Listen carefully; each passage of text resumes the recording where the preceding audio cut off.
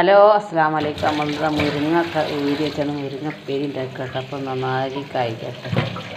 നല്ല ഇളയ ഈ മഴ പെയ്ത് നല്ല മുരിങ്ങ ഉണ്ടായിട്ട് ഇളയ ഇലയിൽ ഇപ്പോൾ മുരിങ്ങ ഉപ്പേരി ഉണ്ടാക്കാമായിരുന്നു. നമ്മളിത് മുരിങ്ങ കഴുകി തേങ്ങ ചിരക്കി വെച്ചിട്ടു. തേങ്ങ ചിരക്കി വെച്ച് പച്ചമുളക് ഞാൻ എടുത്ത് വെച്ചിരുന്നു. വെളിച്ചെണ്ണ അടുപ്പത്തിട്ട് കടുക് ഇട്ടിട്ട് ചൂടായി കുറച്ച് നേരമായി ചൂടായി കടുകിട്ടിട്ട് നമ്മൾ മുരിങ്ങ തോരൻ ഉണ്ടാക്കുന്നു കേട്ടോ. പച്ചവെള്ളം ചതക്കിയിട്ട് കേട്ടോ. പച്ചവെള്ളം ചതക്കിയിട്ടാൽ അതിൻ്റെ ടേസ്റ്റ് പച്ചവെള്ളം ചായയൊക്കെ വരുള്ളൂ. തേങ്ങയും പച്ചവെള്ളം ചതക്കിയിട്ടിട്ട് ഞാൻ തേങ്ങ ചതക്കില്ല, പച്ചവെള്ളം ചതക്കിയിട്ടിട്ടാണ്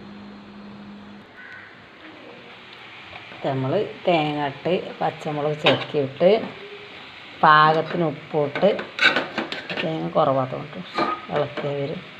ഇത് ഇട്ടപ്പോൾ ചട്ടി നിറച്ചുണ്ടായിട്ട് ഇപ്പം കുറച്ച് പരിയായി ചട്ടി ഇളക്കാൻ കഴിയില്ല. ഇതിങ്ങനെ മൂടി വെച്ചാൽ കഴിച്ചു മുരിങ്ങേൻ്റെ ഇലയല്ലേ, മുരിങ്ങേൻ്റെ ഇല നല്ല കഴിച്ച് മുരിങ്ങ തോരന് ഉണ്ടാക്കിയെടുക്കട്ടെ. വേവട്ടെ. നമ്മളെ മുരിങ്ങത്തോരൻ റെഡിയായിക്കൊണ്ടിരിക്കുന്നുണ്ട് കേട്ടോ. നമ്മളെ മമ്പയർ കറിയുണ്ട്. ഇതിന് ചെറിയിലേക്ക് ഇടുന്നിട്ട് ഇതുണ്ടാവും വലിയ മമ്പയർ കേട്ടോ. ചെറുത്താണ്ടല്ലേ മമ്പയർ കറി ഉണ്ടാക്കിയത്. മുട്ട ഇതാക്കി വെച്ചിട്ട്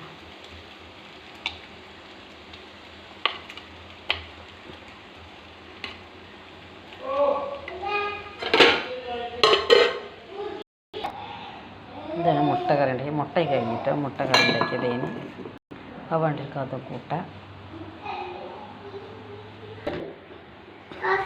നമ്മൾ വറവിട്ട്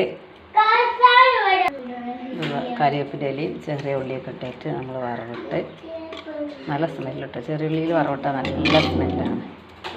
ഏത് കറിയായാലും ഉപ്പേരിയായാലൊക്കെ ചെറിയ ഉള്ളിയിൽ നമ്മൾ ഉണ്ടാക്കിയാൽ ചെറിയ ഉള്ളിക്ക് നല്ല ടേസ്റ്റാണ്. അതിനാളെ മുരിങ്ങത്തോരന് പയറുകറി ചില പുട്ടും കറിയൊക്കെ കണ്ടിട്ട് കണ്ടിരിക്കട്ടെ.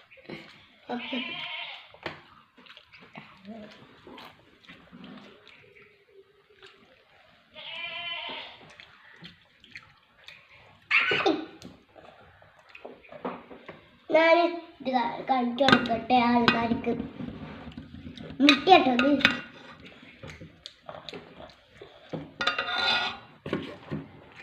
പിന്നെ ഇത് ചെറുപയർ, പിന്നെ ഇത് ചെറുപയർ, വൻപയർ, പിന്നെ